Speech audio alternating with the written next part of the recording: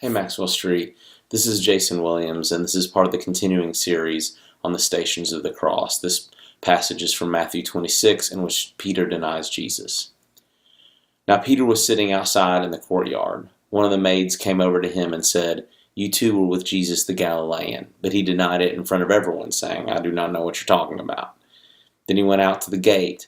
Another girl saw him and said to those who were there, "This man was with Jesus the Nazarene." Again he denied it with an oath, "I do not know the man." A little later, the bystanders came over and said to Peter, "Surely you too are one of them. Even your speech gives you away." And at that he began to curse and swear, "I do not know the man." And at that the cock crowed. Then Peter remembered the word that Jesus had spoken, "Before the cock crows, you will deny me 3 times." And he went out and he began to weep bitterly. When I was younger, I used to be incredulous reading this passage. I get it that Peter had just seen Jesus taken out to be tortured and murdered, and so he would be inclined to save his skin. But you were warned specifically that you would deny Jesus, so surely you would be cognizant, you would be hyper-aware to not do that. And how can you fall in that trap so easily?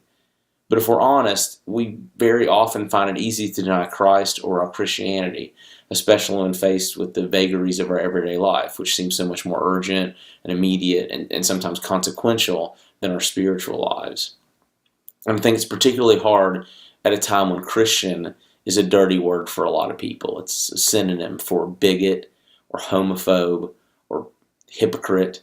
And I know that sometimes it makes it hard for me to say I'm a Christian without feeling like I have to qualify it or justify it. And sometimes, even with my friends, I feel a pressure or a hesitance to loudly profess my Christianity, lest I be seen as a hateful person. But if we don't speak out, how does that stereotype get destroyed? How do we share the gift we have in God? How do we become evangelical in the purest sense? Not people that proselytize or browbeat people into compliance, but people who say to those around us, "Listen, I have more flaws and frailties and faults than you can count, but God loves me. God's love is overflowing, and His grace is just abundant with me, and loves me just the way I am, and just the way you are, and just the way all of us are." And so the risk of denying our Christianity, of denying Christ, is not just the guilt and shame that Peter felt, but the lost chances to reach out and to extend God's grace to those all around us and those who need it.